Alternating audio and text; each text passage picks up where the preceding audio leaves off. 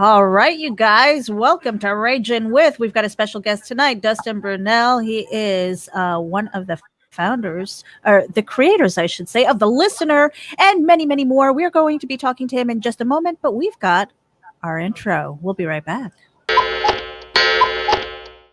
RAGIN.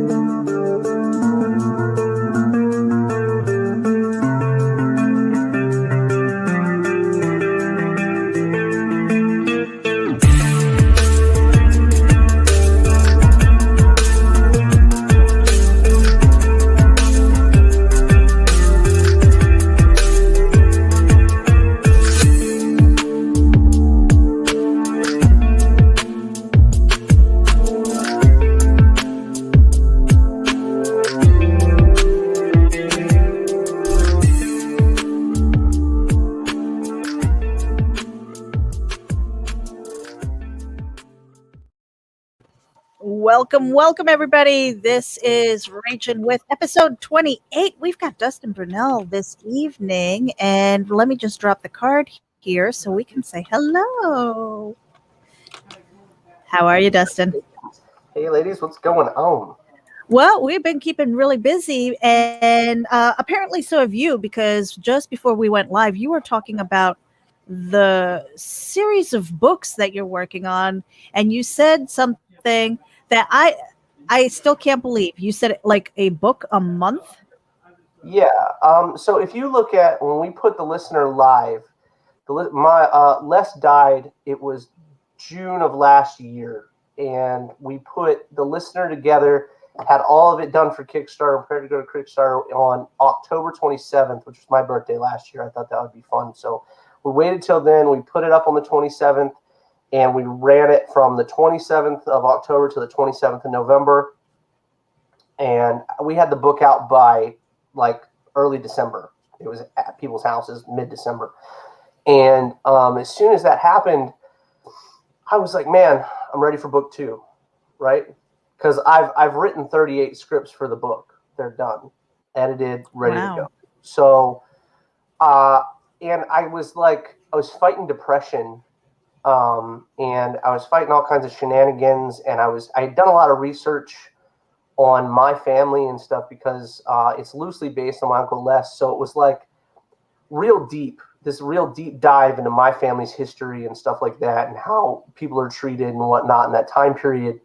So it hit me like a ton of bricks, because I was one of those kids that was so focused on me that I didn't pay attention to what my family was doing, what my family was going through, history or anything like that. And we're not going to go into politics of Native Americans or tribes or anything like that. But there's a lot that happened to my family. You know what I mean? So it was like, all right, we'll catch up with that stuff. And I started doing more and more research, and I just kept delving deeper and deeper and deeper into this.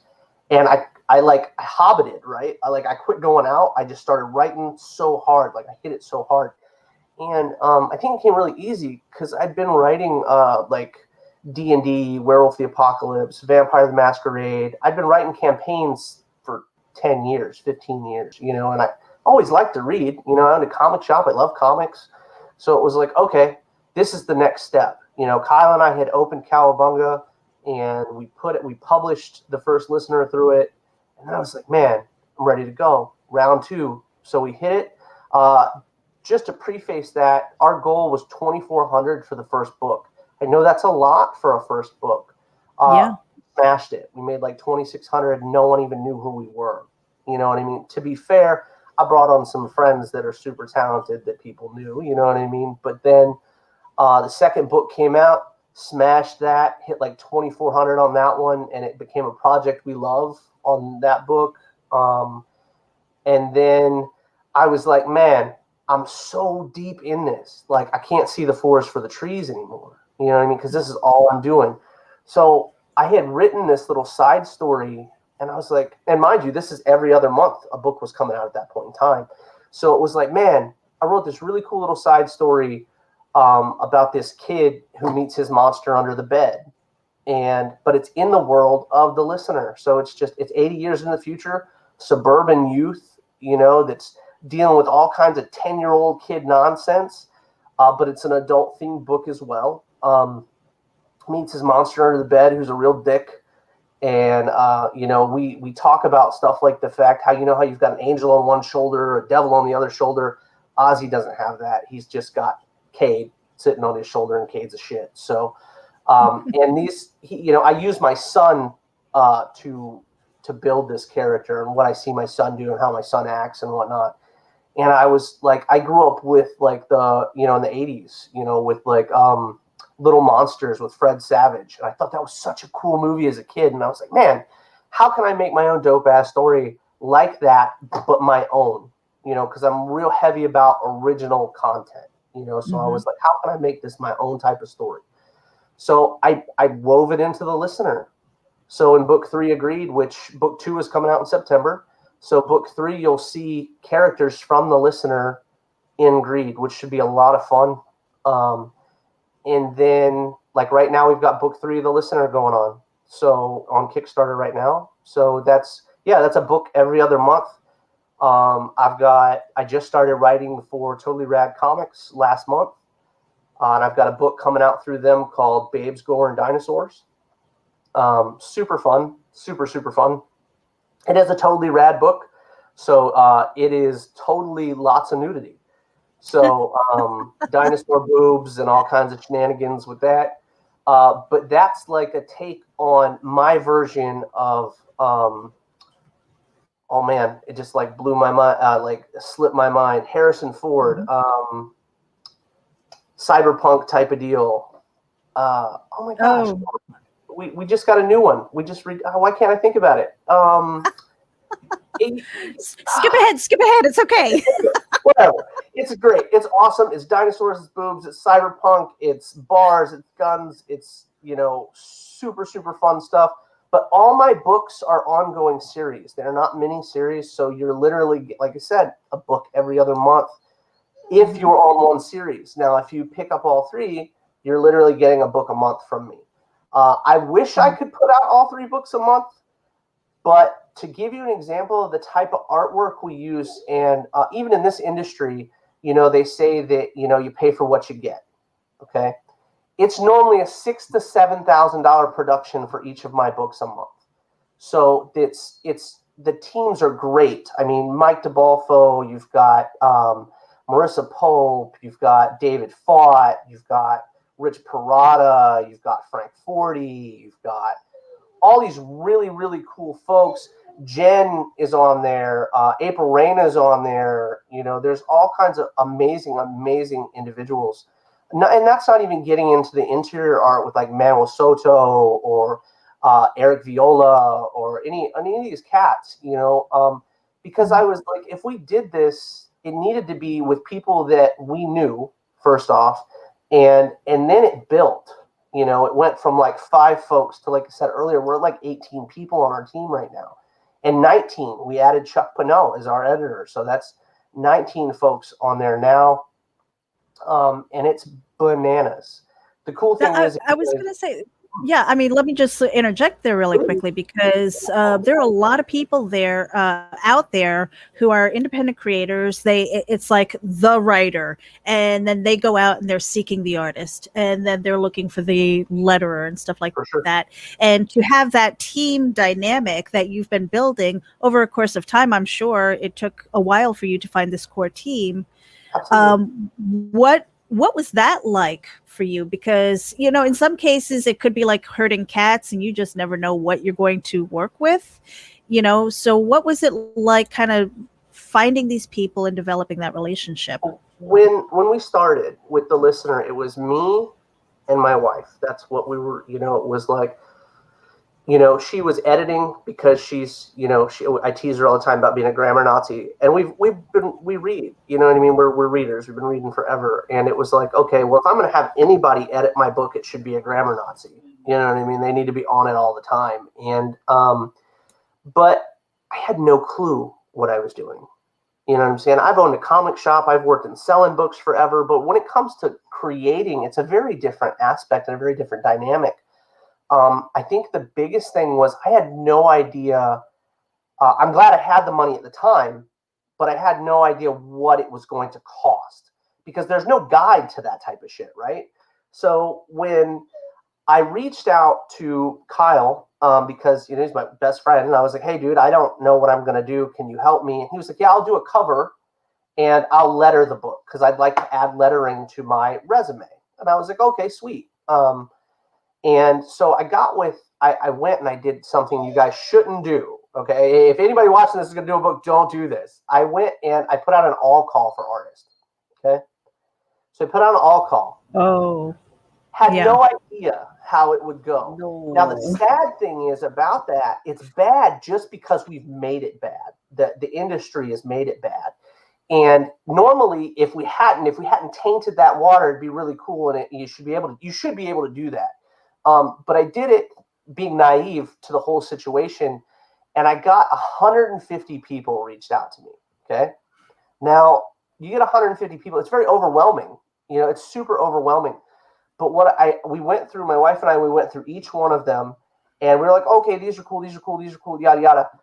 Now, I did another thing. Now, a lot of people call it a faux pas. It's not a faux pas. If people are into it, they'll do it. Trust me on this. I was like, hey, I need you guys not to send me your portfolios, but do me a slight sketch. Just give me an idea. You know what I'm saying? It doesn't have to be detailed, nothing serious business. Just give me a slight sketch of my character. You know what I mean? And I had probably half.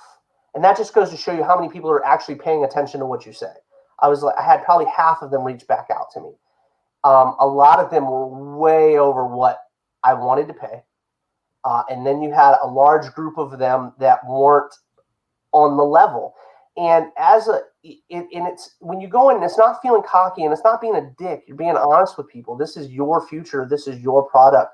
If it doesn't match, you don't have to be like, hey, look, your shit sucks. Don't be like that. But, I'm sorry it doesn't match. It doesn't work for what we're trying to do. You know what I'm saying? Trust me, I wrote like fucking 60 Dear John letters for this particular project for the very first book. Oh, that always sucks. It does, too. It was so bad. Because they're all nice folks, right? They're all nice folks just looking to get a job. The sad thing is there are so many people that don't want to pay for work that these people are like bombarding folks that are ready to pay them for a job. Right. You know what I mean? And it's society. We've created that. You know what I mean? So, and that's ignorance as well, because people don't know. You know what I mean? They don't go in and go, I'm going to take advantage of you. Give me your free artwork. That's not really what people are doing. But in fact, that's what they're doing on accident. You know what I mean? So I get this dude that reaches out to me, and instead of sending me like a sketch, he sends me like a full-on real boy painting of my main character. And wow. As soon as, it was nuts. I was like, hey, I need these by Friday. Thursday night, I get this like serious painting of my main character, Addie. And it blew my mind, right? And I was like, man, if he's ready to go the distance, let's go the distance. You know what I mean? He's ready to go. So we hired Eric. One of the best things I've ever done. He's one of my best friends now. We've worked together for a year. Great, great dude. He lives in New Zealand. Incredible artist. Also a rapper, which is super interesting to me. So really, really cool guy. And then, it was like, all right, well, I knew Mike. Mike was DeBolfo was one of my best friends at the time. And he was like, hey, look, I think you should do this or this. I'll do a cover too. And I was like, holy shit, are you serious? He's like, yeah, I got you. I'll do a cover. So then he goes, hey, look, my apprentice, is looking to do covers. I think she'd be good on your books. Can we bring Marissa on? And I was like, yeah, let's bring Marissa on, right? And that was like, then I had fucking 4 covers and I didn't know what to do with myself, right? So I'm like, oh my God, this is amazing. I got 4 fucking people, including my interior guy, that are going to do covers, right? A couple of my closest friends, this up and coming chick, and now I got my interior dude doing a cover too.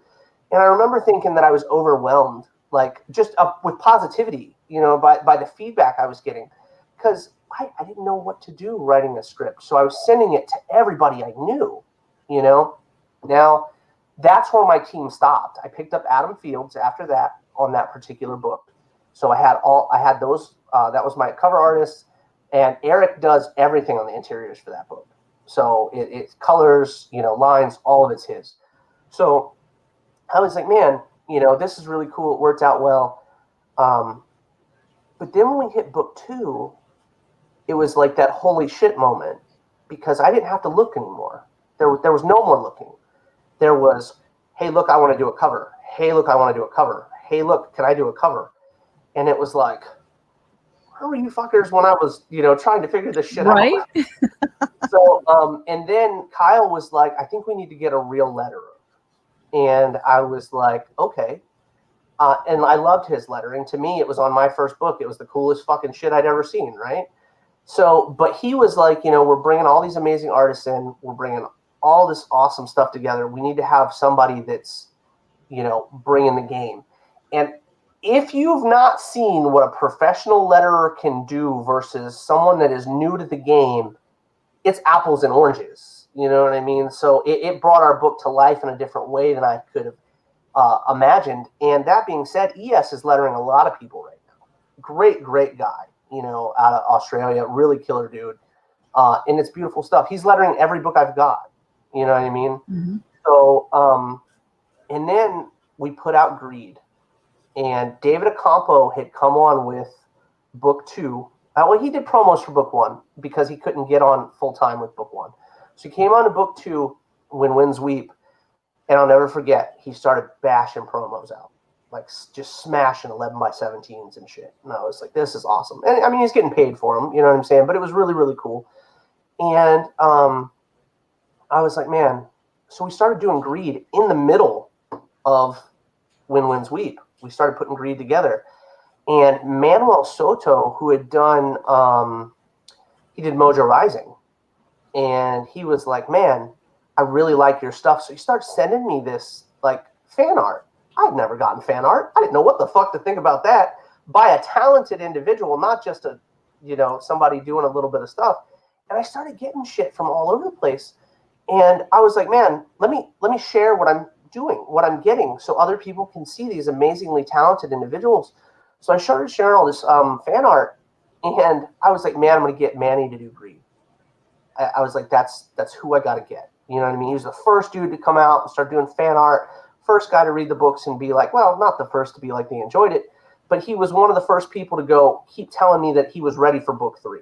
You know what I mean? Wow. Book 3 needed to come out. He was stoked about it. So I was like, cool, well, I want you on my team, And then I got Phil Leon on board.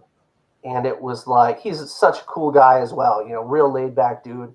And he brought some folks on, and it just started going, man, and then we brought on April Reyna for Greed, and we brought on Becky Fuller for Greed, and we just started bringing on folks that what I did was I dropped my price bar for Greed and to $15 a book instead of $15 to $30 depending on the artist, just because I wanted to see how it fared with people.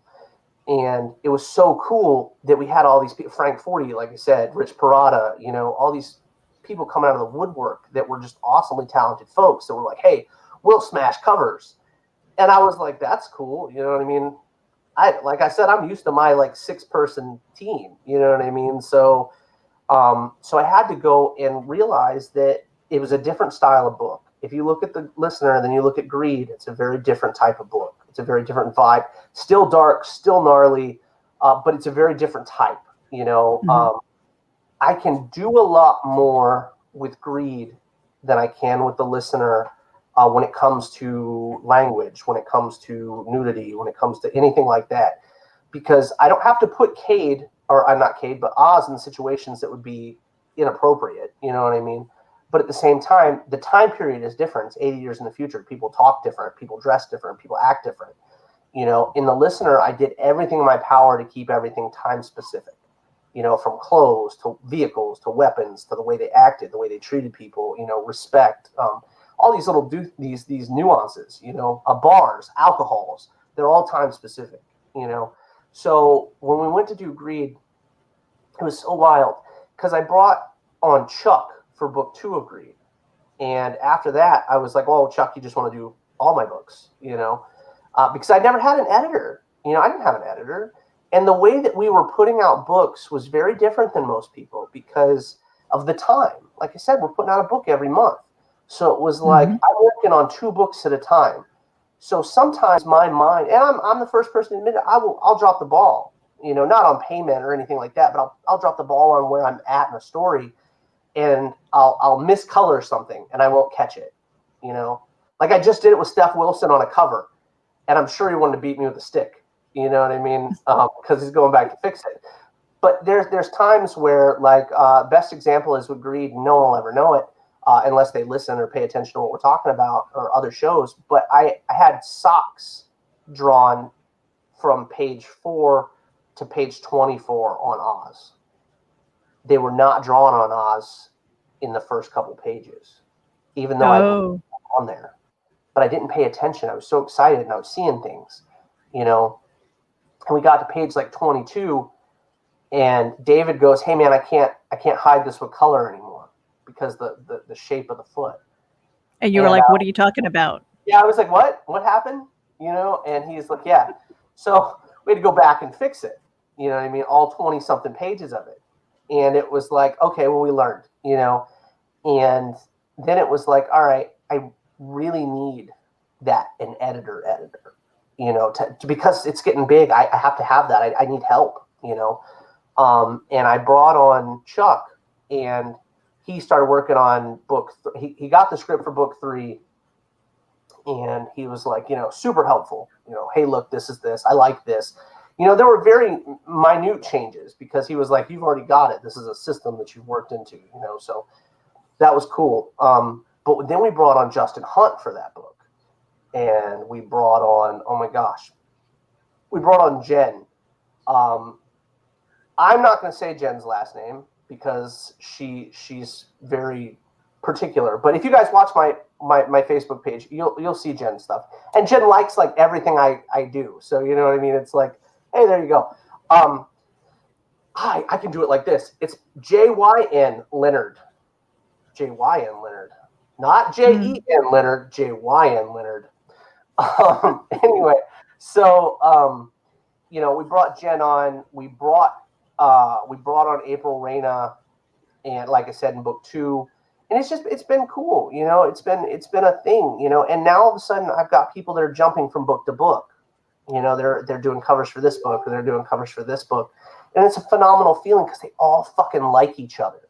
Like it's not. I don't have to herd cats like you mentioned earlier. It's like I don't have a shitty playground where only certain people can ride the slide at certain times a day. You know, it's like all my people are sitting around cheering the person on the slide, and that's dope. You know what I mean? That's a lot of fun to me. It's super exciting to see the interactions because, like, we've got chat groups and stuff where people will be like, "That's really, really cool," that aren't even on that book. You know what I mean? But then they're like, "Hey, I want to get on the next one because I have a great idea for that character for another cover." You know, and it's been really cool like that. And I mean, I've got no complaints. I think my only issue right now is I wish I had more of me to work faster, you know, because when it comes to scripts, I've got them.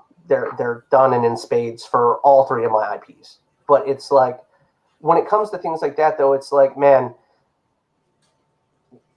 all these folks have to be paid, though. You know what I'm saying? Like, all our Kickstarters are done before the Kickstarter.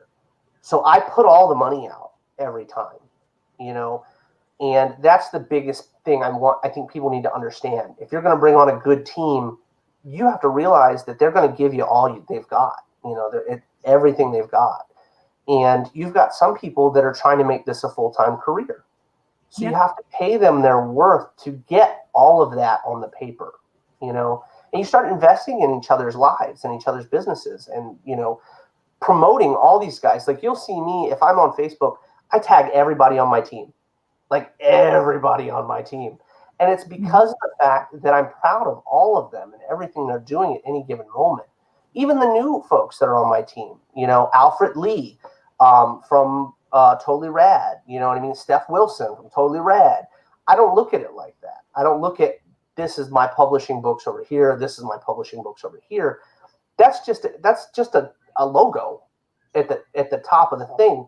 These are all folks that are really good people that just are awesome in my book. So, yeah, I think it's really important to give the creators who are working on your project, they're just rewards, and a lot of times if it is a mention, you give them a mention, because what you do because of your outreach might not be their outreach, and from there it might help them get a job. Absolutely. Or get noticed, I mean, so it's always so important to make sure that you are tagging the people who are on your creative team, and giving them the accolades that they deserve. I did want to talk about young Dustin. Oh gosh. That guy. Adorable. Young Dustin, before I don't know, what was your journey like when it came to writing, when you decided this is the path that I wanted to go, this is what I want to pursue, and to hell with the rest, I'm chasing this dream. A lot of people, I like to say it's the shit or get off the pot moment, right? Les died. That was it. I was 35 years old. I'd owned a comic shop. I'd been in this industry for a long time. You know what I mean? I'm an engineer. I've worked in film. I've done a lot of stuff. And my wife had a gun put to the back of my head one night while I was working. And my wife was like, you need to find a new career. I was like, I'm 5 years to retirement. She was like, you need to find a new career. We've got a kid now. I said, 5 years to retirement. She didn't give a shit. You know what I mean? And I appreciate that. She didn't give a shit. So we took everything we had. We opened a comic shop, brick and mortar. Did it for a couple of years. I fell into a weird depression. Closed the shop, and I turned into this stay-at-home dad. And I'm proud of my wife. I appreciate her. She's an amazing human being. And I didn't do anything. I got lost in myself and shit. And it really sucked. And then I got a job. Comcast reached out to me. It was the weirdest thing. Comcast reached out to me and were like, hey, look, we know that you own a local business here in the community. We'd like to offer you a sales management position. I said, okay, that's cool. Did that for a year, made better money than I'd ever made in my life. And, everybody talks shit about them. That's fine. I'll talk shit about them too. But I made better money than I'd ever made. And at the end of the year, right before Christmas, they had me and the other 3 managers take all of our employees to the Ramada. And we thought that they were bringing everybody there to give them Christmas bonuses, surprise them with Christmas bonuses. Oh. They paid off everybody. Oh. With them. Yeah, it sucks so bad. The fuck? Yeah. So, and the shit thing was they didn't just lay off everybody. They laid off everybody and left the 4 of us in there with everybody. Wow. And they knew, like we were in on it, and I thought we were going to get hung. It was awful. Wow. But to be fair, they, it sucked. They gave us great severance packages though. I can't complain about shit like that. They paid for us to live for like a year. We were paid our full salary for like a year afterward, which was really, really cool of them. They didn't have to do that. You know what I mean? So I'll give them that. But, I got depressed again. I was like, what am I going to do? When you make a certain amount, you change your lifestyle. You know what I'm saying? You're living a different way now. And we were trying to have a second baby, Jesus, trying to have a second baby, and it wasn't happening. And that was depressing us. You know what I mean? It was just. I was waiting for the shoe in the back of the head from your wife. Yeah. It wasn't happening. And I just kept getting deeper into it. And Kyle kept calling me, and he was like, hey, look, we need to do something. Hey, look, we need to do something. Now, I had closed the comic shop, so I had a shit ton of inventory. A shit ton. 3 storage units worth of inventory. Floor-to-ceiling fucking inventory. And Kyle was like, hey, man, we got to do something. Let's do something. Now I realize it was more to get me out of the house than much else, But we started Cowabunga Comics. We were sitting in his kitchen, and it was like, let's do this. So cool. That started. He was doing really well. Everything was going well with that. I was more or less hanging out, being emotional support for that business and stuff. And my mom and dad are getting into their 60s now, and I was like, I haven't lived by my parents in 30 years almost, or 20 years almost. 20 years, yeah. So I'm 36, 20 years. So I hadn't lived by my folks in a long time. And I was like, cool, let's move to Tennessee. And Heather's like, what? But her job was like, hey, you can work from home. You guys move to Tennessee if you want to. So we moved up here, and my uncle died like right after we got here. And it was like a shock, like an absolute shock. And he was one of the first Native American Green Berets, and one of the strongest people I'd ever met in my entire life. And when he died, I wrote a eulogy. I never wanted to write fucking comic books. Never in my life. Like, I love comic books. I never wanted to be a writer. That was not something in the cards for me, But when he died, I wrote a eulogy, and I put it on Facebook because I was just like, if I put it on here, it'll never disappear, right? I'll always be able to find it in the future. And Bud Root said something about it, and I was a huge fan, and then Kyle said something about it, and then Mike said something about it. And it got to be like 15 people we knew that were like, hey, you should put something down on paper. And that's how it happened. There was no lofty dreams of being a writer. There was no, but as soon as I started writing this about history and theology and just all kinds of stuff, I didn't want it to quit. You know what I mean? Like, it was my way of keeping connected to somebody that wasn't here anymore. So it was like, let's write. And then it was like, hold on. For some reason, we're not in the negative all the time with this right now.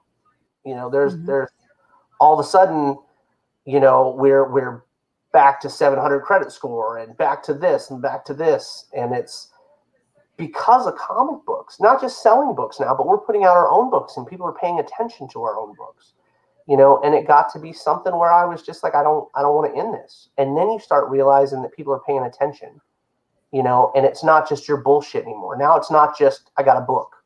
Now it's, hey, Dustin, when's the next issue of this coming out? And you're like, oh shit, that's pretty cool, right? So you start realizing that people vibe with it, and you're not just, giving yourself a reach around to, feel good about it. Right. And as you build up that fan base too, it's almost like you can hold yourself accountable, or they can hold you accountable in your mind. It's not like they're there like, hey, where's the next one? I mean, you might have some friends who do that, but still, it's one of those things where I do want to talk about it a little bit more, especially if you don't mind talking about depression, because a lot of us suffer from that. But we're going to take a real quick break. And for anybody who's tuning in right now, we are simulcasting to multiple channels. We are on Indie Volt, RAGIN AVC, Comics and More New Jersey, as well as Geek Insider. Wherever it is that you're tuning in from, make sure that you hit the subscribe button and share it out with your friends. We are speaking with Dustin Brunell. This is episode 28 of RAGIN. Let me see here. We've got a card here for a coupon for a 10% discount on your Gemini mailers. Make sure that you use coupon code VOLT10 at GeminiComicSupply.com, and that is for a 10% discount on your Gemini mailer. Coupon code VOLT10 VOLT 10. And we have also got a closing party for JD Calderon on Monday. We're going to play a little bit of a bump here, and then we are going to return with Dustin Brunell.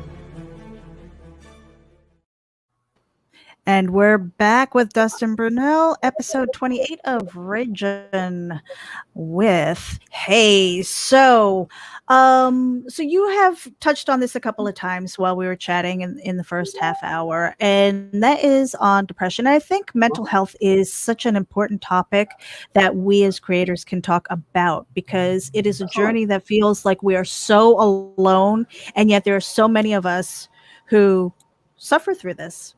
For sure. And I know for me, when I was growing up, I was the odd kid. I was assessed with Asperger's in my 30s, in my mid Oh 30s, man. and so I was always like the weird kid. I didn't fit in. I was teased, bullied, and I was overly sensitive about a lot of things because I felt alien. And so Right. because of that, I was very, very much depressed, and introverted. You wouldn't know that now. Now we know you're an alien. Right So now, thank everybody you. knows. So you've removed all doubt. But I too suffer from depression. It is, I don't want to say most days a fight. It's more seasonal for me. But writing has always gotten me through. Like I because I have this security and the safety to write down all of the dark stuff, put it on paper, and I can put it away. I can burn it. It doesn't matter. Right. Um, and so I think in the last few years, knowing that that dark is there, and usually around a seasonal thing, normally for me, November through February, like the dark months anyway. Um, I've found that keeping myself busy, whether it's writing, whether it's staying active on social media, staying active with friends, even though there are some days where it hurts, like your whole body hurts, that I've been able to power through. So instead of disappearing for a couple of months, I've maintained a presence. And so you were saying how writing kind of got you through that. If you look at, I think that we are in our pages, and that's something that it's hard to explain to someone that has may know you, they may know you, but they may not know you. You know what I'm saying? And that it's a hard thing for people to talk about. Les had terrible PTSD, like terrible PTSD, and we use certain things like that in the listener to explain things. And to me, being able to talk about things that I can't talk with people about in a normal instance, except my wife. I don't like putting shit on her. You know what I mean? It's like you love that person. You want to lift them up. You don't want to put stuff on them all the time. So and that's not to say they can't carry it, because they will, but you don't always want to do that. Anyway, so I got to this point where writing about it was so cathartic for me. And so I was that kid that my dad thought that reading books made me gay. You know what I mean? That was novels and fantasy and stuff was super homo to him. You know what I mean? I was not allowed to be that kid. I'm a big dude. Like, I'm a big dude. I've been playing sports my whole life. You know what I'm saying? I didn't have like a slender physique, so it was immediately into wrestling, immediately into football, surfing, you name it. I was doing it because my dad did it. And that's how you were at that time period. For those of you guys that don't know, that was what was expected of you. You know what I'm saying? I'm trying to think of the correct terminology because I don't ever want to offend people. You know what I mean? It's the toxic masculinity almost. You know what I'm saying? Because you have that in your home. Your dad's that big buff dude that's super swole and could walk around chicks all day and stuff, and that's what you were supposed to be. You know what I mean?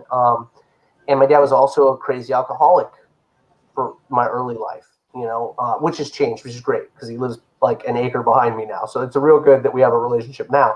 But there are things that sculpt us as people, and things we can't talk about and things we don't, because we were always taught that our business in house was our business in our house.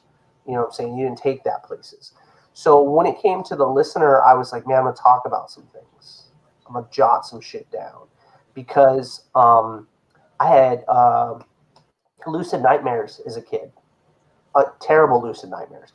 I started at 6 years old, right? And there's documentation of it. I started at 6 years old, and I used to have these nightmares that I couldn't wake up from.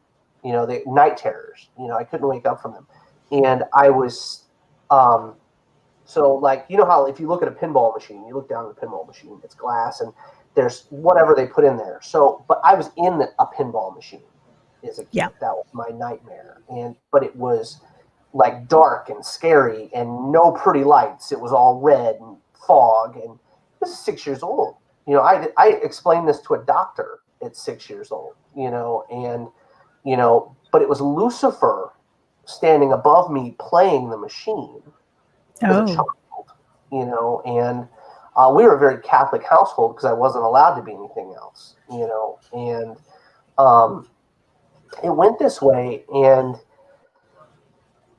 it terrified me. So I had all these things that were so fucked up, but they don't want to hear you. You know what I mean? You're a pussy because you can't sleep. You're having bad dreams and shit. Don't come in our room because this and that. You know what I mean? Don't wake us up. Go back to bed. All this shit. You know what I'm saying?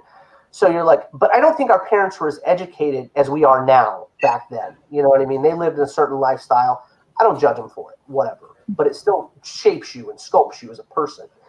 And so, yeah, I was that kid that was out playing sports and doing the shit and trying to get with the prettiest girls I could hang out with. But then I was on the weekends after we'd go out surfing, I'd invite friends over that weren't allowed to know that I hung out with other people. You know what I mean? And we'd be playing Magic, in the backyard, and sweep that shit off the counter if my dad walked outside. You know what I'm saying? It was right. So the listener opened things for me. You know what I mean? That I could talk to people about in a way that was educating people. You know what I'm saying? Depression is a very real thing. And in this industry, I think it's so prevalent because we're all fucked up. Like we're all broken. You know what I mean? And because it takes that. You know what I mean? You look at the greatest artists in the world and they've all got some kind of issue. You know what I mean? The greatest sculptors, they've all got something that's driving them to do what they do. I mean, I hate that it took my uncle dying to write a book. You know what I mean? I hate that. But now it's like, okay, I can write about the shit that he used to tell us about. You know what I mean? It's going to really make some people butthurt. Like, it's going to really make some people butthurt. But at the same time, it educates some people. You know what I mean? I told my wife that issue 0 of the listener is going to make or break my career. And she was like, what do you mean? I was like, there's so many things that we've dealt with as a people and put up with, but we don't talk about. You know what I mean? So lesson stories are real, and I don't want people to forget them. That's the scariest shit. In the listener, I meld all this real scary shit with theology and horror just to interest people and draw you in. But there's so many nuances. PTSD, like we were just talking about. The first time you witness it is on like page 4 in my book. Addie walks toward a big old bonfire where these Japanese soldiers were sitting, and it takes him back to the death of his grandfather. For those of you that don't know about PTSD, you know how when you listen to music, it takes your mind to places. PTSD takes you all the way there. It's not just a thought or a memory. You're there. You know what I mean? You're witnessing it from your perspective, just like you did the first time it happened in your life. And it's a terrifying concept because sometimes you don't even realize where you are. It could happen at any given moment, and it's absolutely terrifying. So it's very cathartic, to talk about certain things. I mentioned the fact that our main character, Oz in Greed, reads a lot. He uses his computer. He's intelligent. There are things that are just different now than they were when I was a kid. So yeah, you'll see a lot of me in my books. Doesn't matter which one you're reading. I mean, it could go to BGD and people are going to see me in it just because I write like I talk. I write with everything out there. I don't have shit to hide. It's here. It's very real. It's very visceral. Look, people are getting gutted in my books.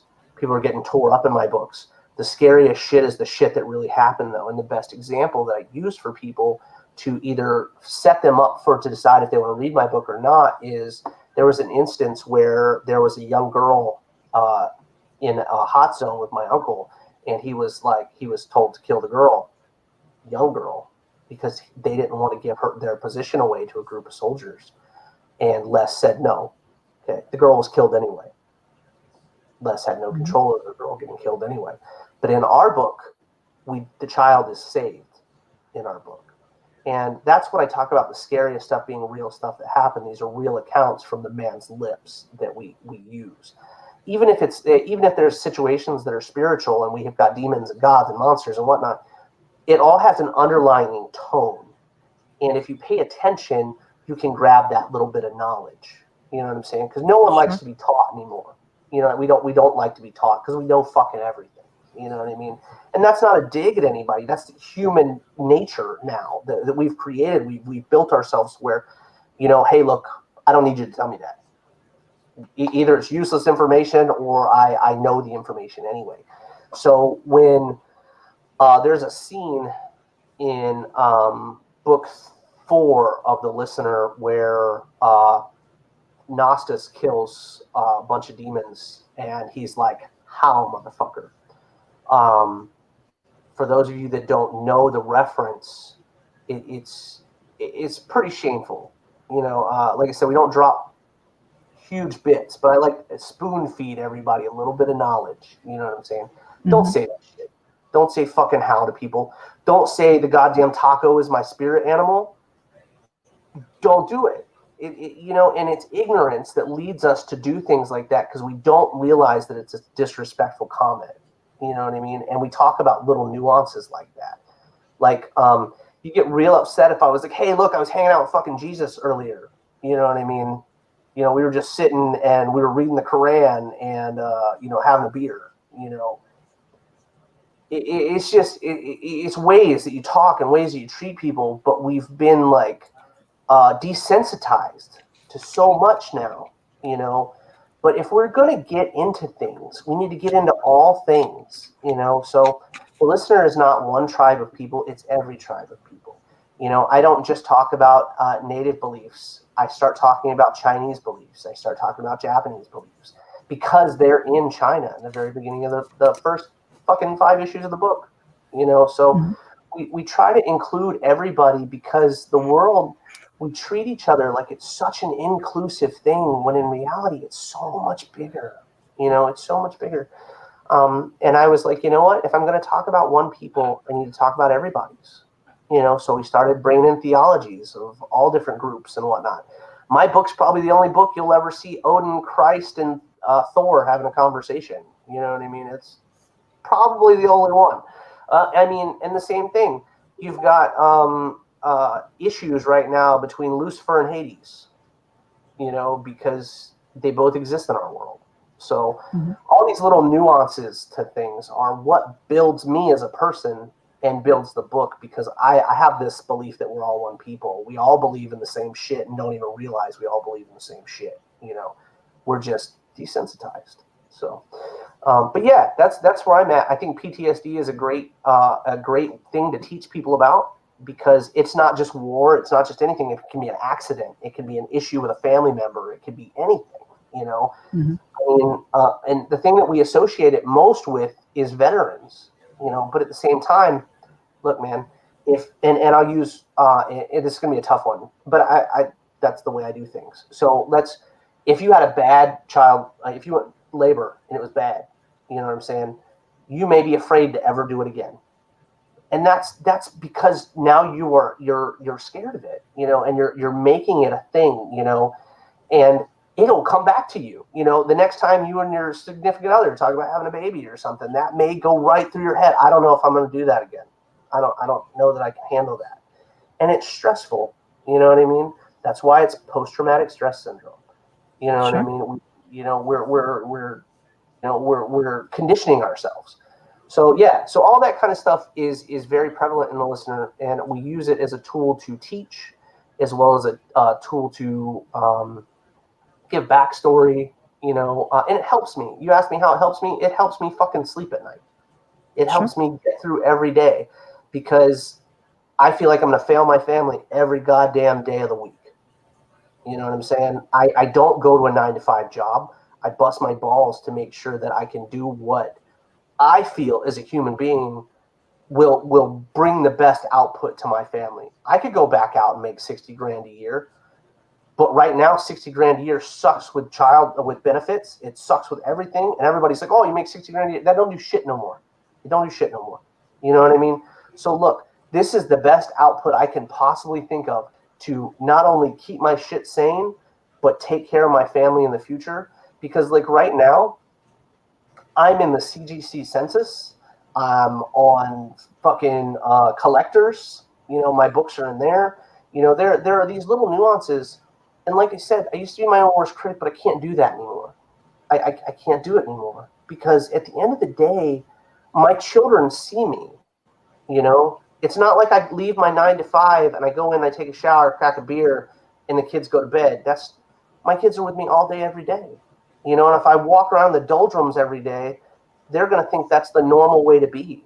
So this is my way of keeping myself sane and not being medicated. This is the first time in, I can't tell you how long I haven't been medicated. So it's a very freeing thing. You know, holy cow, that was real deep. Thanks, Meredith. You're welcome, Dustin. No, thank you. Really, thank you for sharing that because I am married to a veteran who has PTSD, and the first couple of years, I would have to like sleep like this because he'd be thrashing around so bad or screaming or something like that because of things that he's seen and been through. Sure. And the thing is, with your storytelling, with your style and things like that, it is in a way a living legacy to those who have been through it, and a living legacy to your experiences as well. So and it's a big difference between storytelling and talking at a person and bonking them on the head with this is the issue, boom, boom, boom, and like by storytelling, you're immersing people into this experience so that maybe they never went through it, but they'll hopefully open up their eyes to be a little bit more accepting of people who might be going through it as well. So I mean, I as a reader, I can appreciate that too. I want to be fully immersed. If I know that it's a dark story, I want to be immersed in the dark. If it's romantic, I want it to be hot. Just all of those things. It's like we want to have those emotional connections to the story, and that's probably why you've got a whole slew of books in front of you that you're getting ready to churn out. So I can appreciate that. I appreciate that. I appreciate that you enjoy it. I like if I don't pull you in, I'm doing something wrong. Because the best compliment I've been given yet was Phil.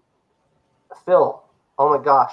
Phil said to me, he said, I read When Winds Weep 2 different ways. I tried to look at it as I'd read the first book and I went into the second one. He said I cried. I said, all right. So he was like, then I went into it and I tried to look at it objectively and I cried again. Mm-hmm. And I was like, that's it.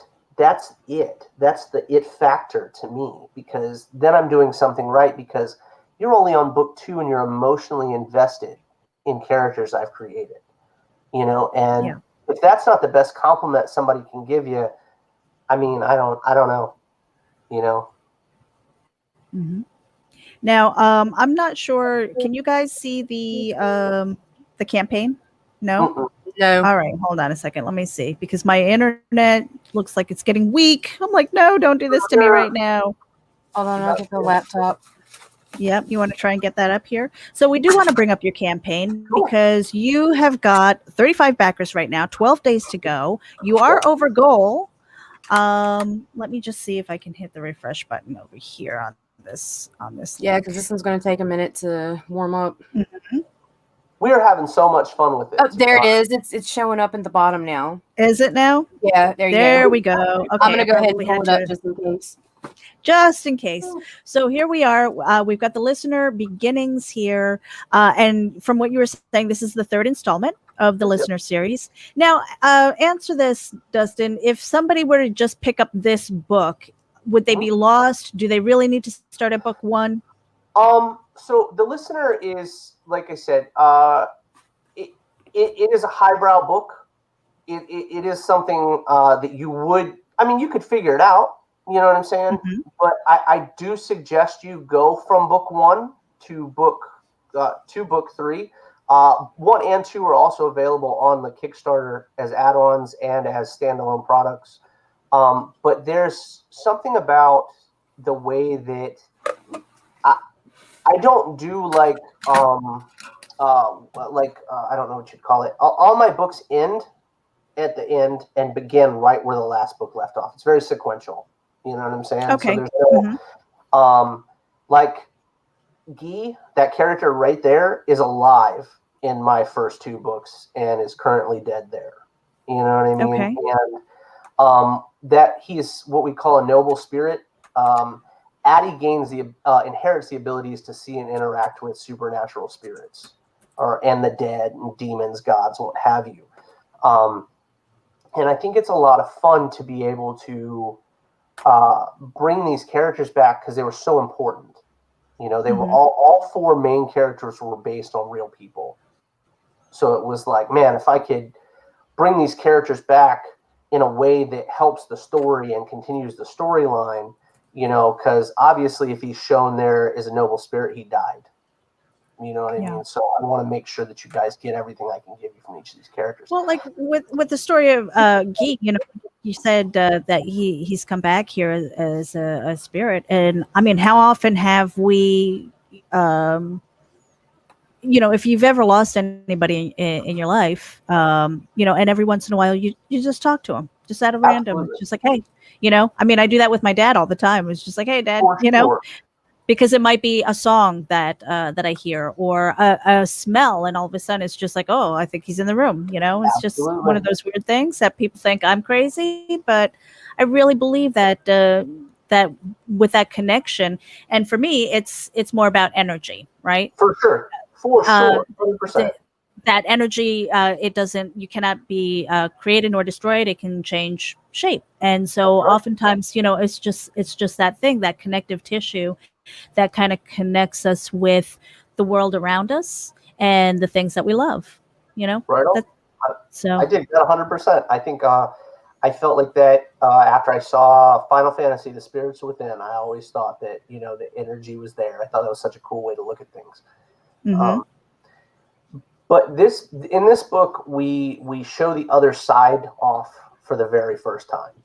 And the other side is literally a inch thick barrier, and you go to the other side and it looks exactly the same, and it's what people view, and they don't realize what they're viewing. Like I said, I think everybody's got a part of it right. So I created this world where all these beings, where heaven exists, Valhalla exists, you know, but the cool thing is when you go to the other side, those places are places, like they'd be cities like here, you know. Like if you were to go to Jersey, Jersey is where New York is Valhalla in my story. You know what I mean? So you would go and you'd be able, if you went to the other side, you would see it and it would look in all its glory, right?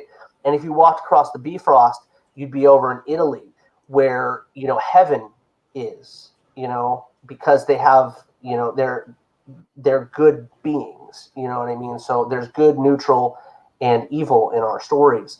Where Hades is a neutral character. He wants to keep everything the way it's supposed to be. You know, he gets souls that he's supposed to get, and heaven gets souls they're supposed to get, and so on and so forth.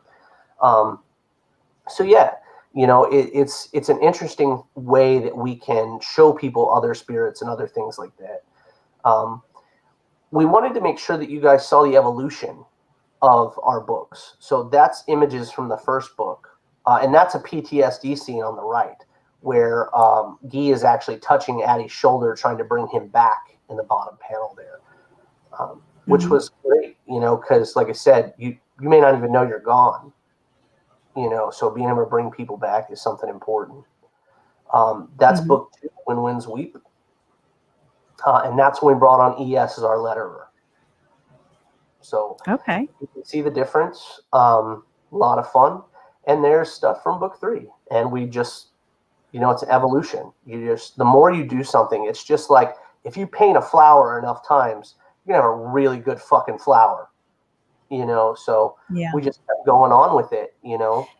Now, so let me ask you something about that, because we see the progression in art, we see the difference in the lettering and things like that. Did it ever concern you that people might be like, well, where's the consistency in this? How is this the same story? Because a lot of people, especially in comic books, very visual readers, I guess.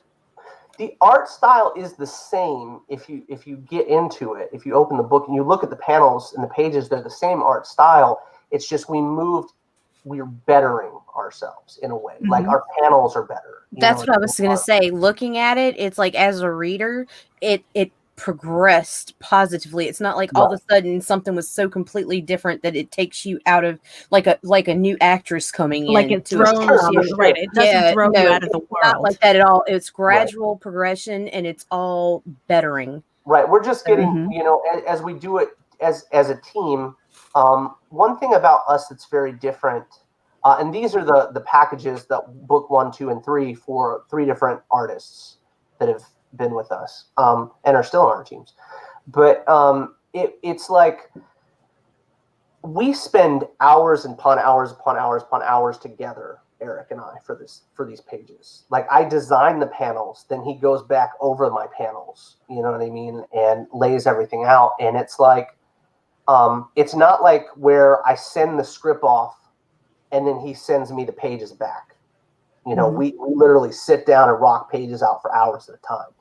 And that's one of the coolest things about the listener is it's 2 dudes, blood, sweat, and tears, like literally hours upon end on these pages. And it's been just phenomenal working with him. Yeah. And so I do want to scroll up here because you gave a shout out to the team. So here we are with Dustin and Eric, the dynamic duo behind the listener. And of course, we're seeing some of the artwork here as we go through the campaign and stuff. I am going to scroll up, though, because this one cover, it's like you have to keep looking at it almost because there's so much there. And every time I come back, it's like almost seeing like a new detail, right? So this one here with looks like a young boy or a young man, and then like at first blush, I didn't see the bodies, at first blush, I didn't see the, like the what is this dripping from his hands, like it, the tears, the fire, the animals, it's just like there's so much to look at. So okay, who is responsible for this cover? So that's Eric Viola. He's the interior artist. Great dude. That is actually Addie's grandfather. And so Beginnings, all my titles are relevant to my book. You know what I'm saying? As they should be with most things, in my opinion. But it's like, so Beginnings, at the end of When Winds Weep, Guy is talking to Addie and telling him about his grandfather. Because Addie didn't buy into any of that stuff. You know what I'm saying? He's the third Addison. He didn't buy into any of it. His dad was an alcoholic. He barely saw his grandfather. So he's like, hey, look, I don't buy the bullshit. You know what I mean? My dad's seeing stuff, talking to stuff. I can't see it. He's an alcoholic. I assume he's an alcoholic. The listener is a bloodline trait. So whenever you can only have one. So when one dies, the next in line becomes the next listener. Male or female is not a factor. Okay, very interesting. Yeah, so the demon in the background and in that cover and on some of the other covers for this book is Adesaya. He is a very real being in some theologies. So you'll know one thing that's important about our books is I don't deviate. I don't. If that's how it's written, the only thing I change is the look. That is about the only thing I change because of the fact that these things are stories. I'm not trying to mess up people's, beliefs or the things that they tell their children or anything, or the scary stories about things that bump in the dark, but like I mentioned earlier, desensitivity. I've said it like twice now. People aren't scared of things anymore. We've seen it. So old school stuff that people drew 200 years, 300 years ago is not going to terrify people anymore. So I had to revamp almost 2.0 every god, demon, or monster that we come across, from werewolves to vampires to, Cuchulainn, the Celtic god, you know what I mean? All these characters will be introduced. Now, so we are at the end. We've actually blown past our hour. Do you mind if I play the video? By all means, please. All right, here we go. And for anybody who's tuning in, we are talking with Dustin Brunell, and this is for the listener Beginnings. It is the third book in this series, and it is on Kickstarter right now. Let's play the video here. It's that time again, guys. The listener book 3 is out, Beginnings. We're really excited to bring this to you. We put a lot of work into it. So far, the entire team thinks this is the best issue we've done yet. I don't know about you, but that's really enticing to me. Our buddy ES just put together a quick video for you guys, a really nice trailer. Why don't you check that out real quick, and then we'll get into this some more.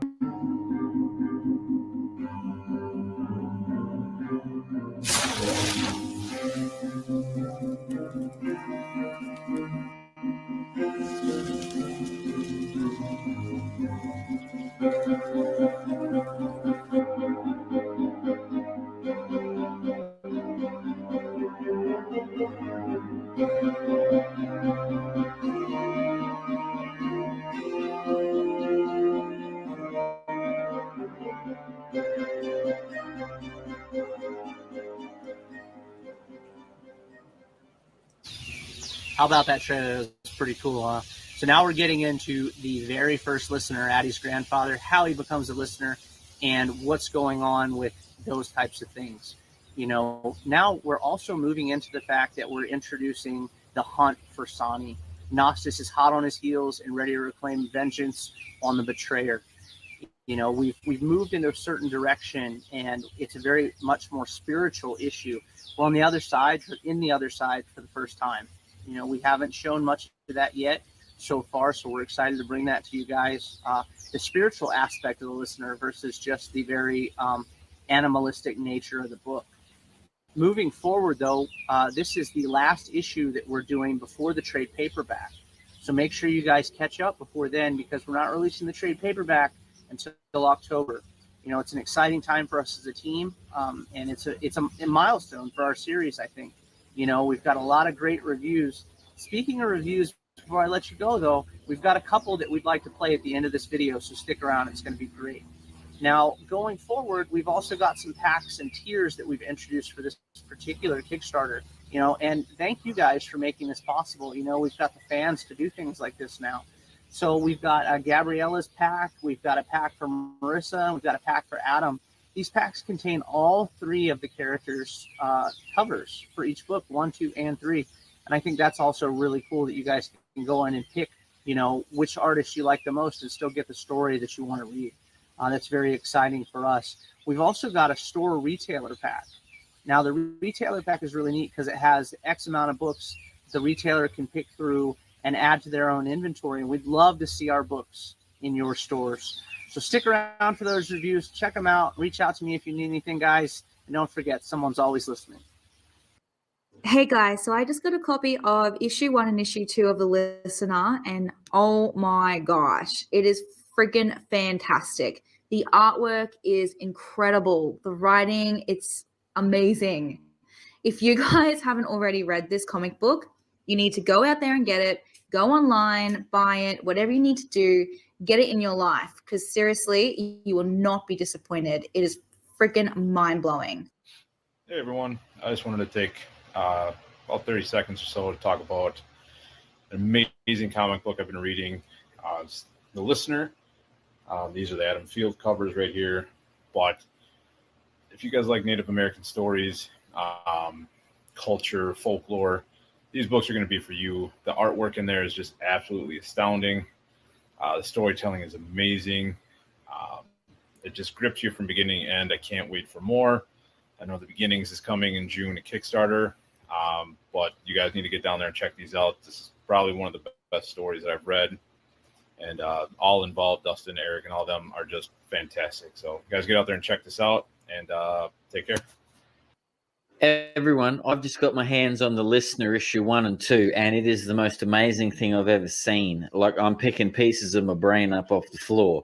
The writing team is snapping. The artist, the creator, the whole crew is just on fire. I'm telling you, I can't believe it. I'm talking the ear off of everyone I'm coming across on the street about this comic book. If you haven't read The Listener, then, mate, get it into your life because it's fantastic. What's up, folks? Talking about that right there today. That's The Listener. If you like world cultural influences, major historical influences, as well as Native American culture, supernatural, and then intellectual droplets drop throughout the whole thing. A little bit of horror. Check out The Listener. You won't be disappointed. Amazing art, amazing storytelling. And there are some things that will throw you off your rocker. But if you take a second, someone's always listening. That is one of the things I wanted to play the whole thing, because I wanted to get the feedback from the people who have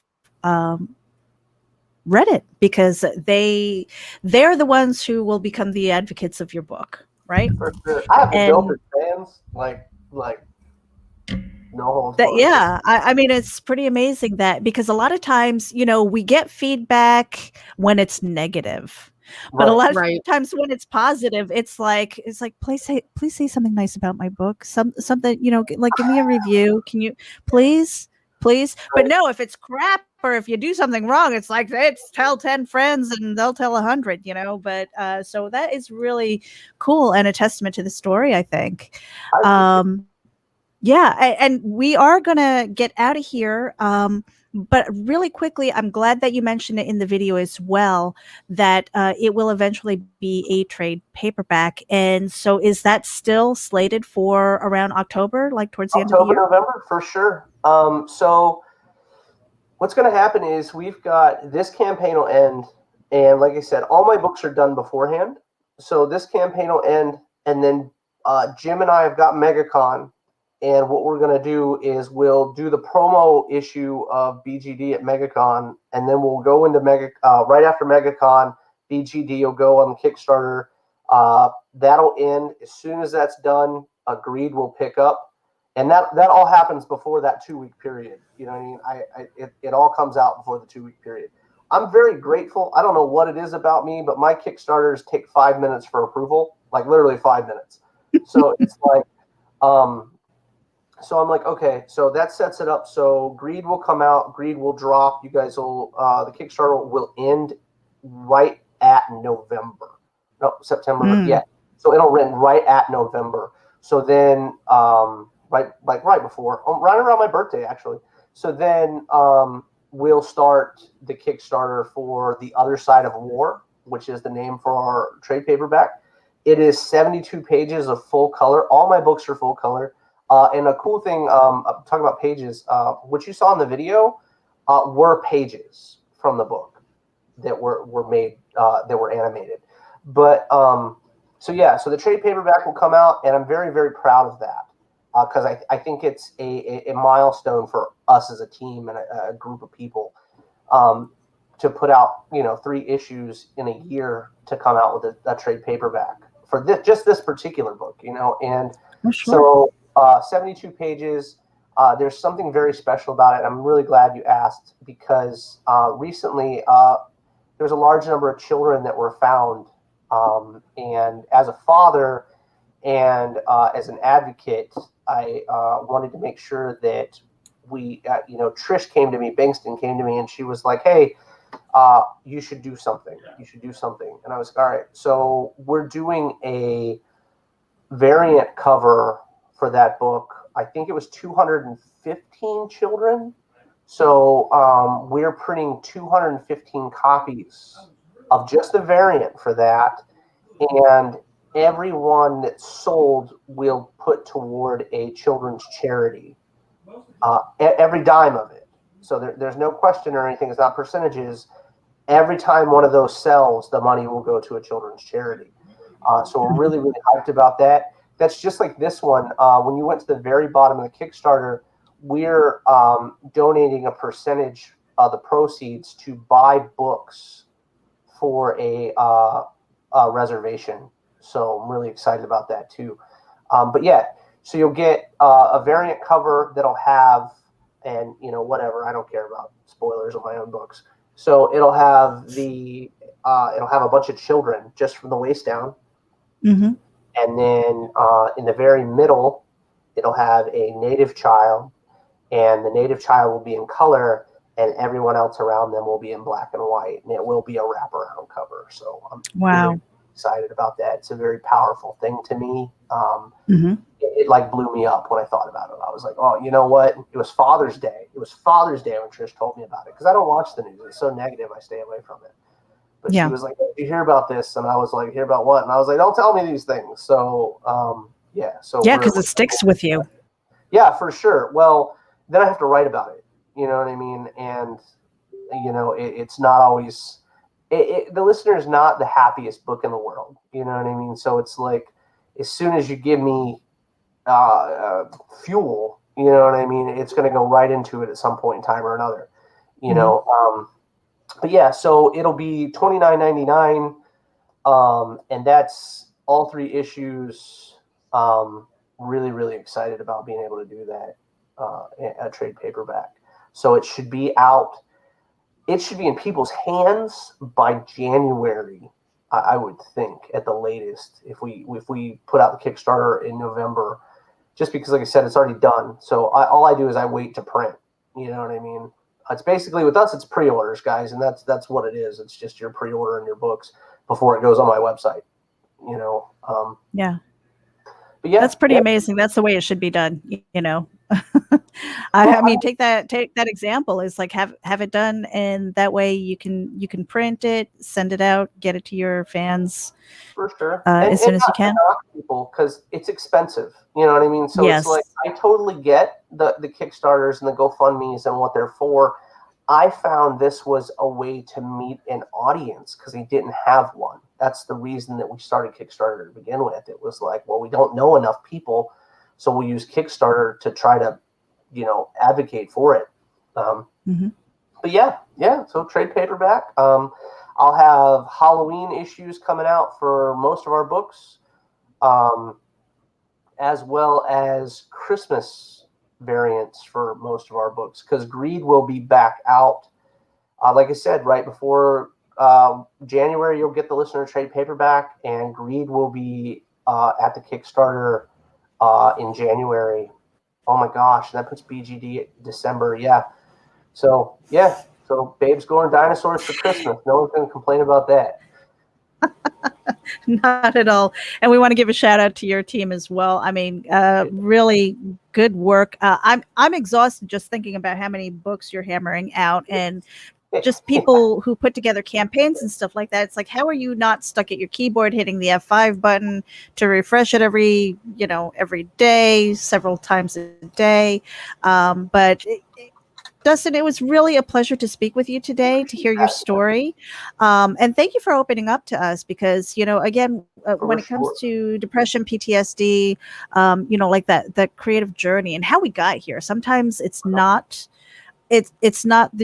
the path that we expect, but here we are, and you make the most of it. And, well, you guys that really, oh my gosh, this show is a testament.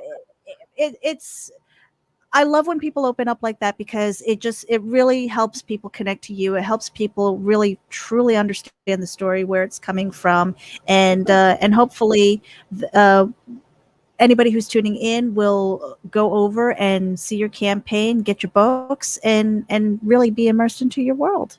I hope so. I mean, that's all we can hope for, right? At the end of the day, it's like, like you said, it didn't start as a means, a career. You know what I mean? It was like, hey, we want to get the stories out. So I think that at the end of the day, that's the coolest part about it. And I'm excited about that.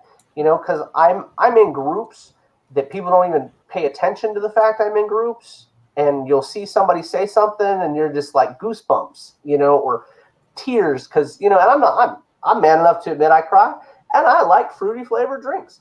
So I'm like, I get excited about the fact that, there are people that vibe with it, man. And if we can help one person get through the shit, you know what I mean? And when I refer to the shit, I mean the day to day, you know what I mean? The muck and the sloth and, it's powerful, man. And it's cool, and I'm grateful for everyone that's been involved. I'm grateful for shows like this one. I'm grateful for, partners in crime and all kinds of things, and my loving wife who puts up with all my bullshit. So. And on that note, you guys, we are out of here. We appreciate you for tuning in. Again, wherever you're watching, whether it is from Indie Volt, Comics and More New Jersey, Geek Insider, or RAGIN ABC, hit the subscribe button. Make sure that you share it out with your friends. We've got plenty of days on this, 12 days to go at this point. You are over goal, but let's smash that and get through some goals, some stretch goals and stuff. Everybody, yeah. Only doing one this one, but the one stretch goal is $2,500. Anybody that and I need to add it. I'm terrible about that. The one stretch goal is at $2,500. We're real close to it. I will give every physical backer a sketch variant of Marissa's cover that will only be available on the Kickstarter, and you guys will get those for free. So very nice. Super stoked. Very nice. Yeah, and so we're gonna get out of here. Hey, Dustin, I think I'm gonna be meeting you over at MegaCon because I've got my press pass. That's Nita's so cool, gonna be right? there. Come on.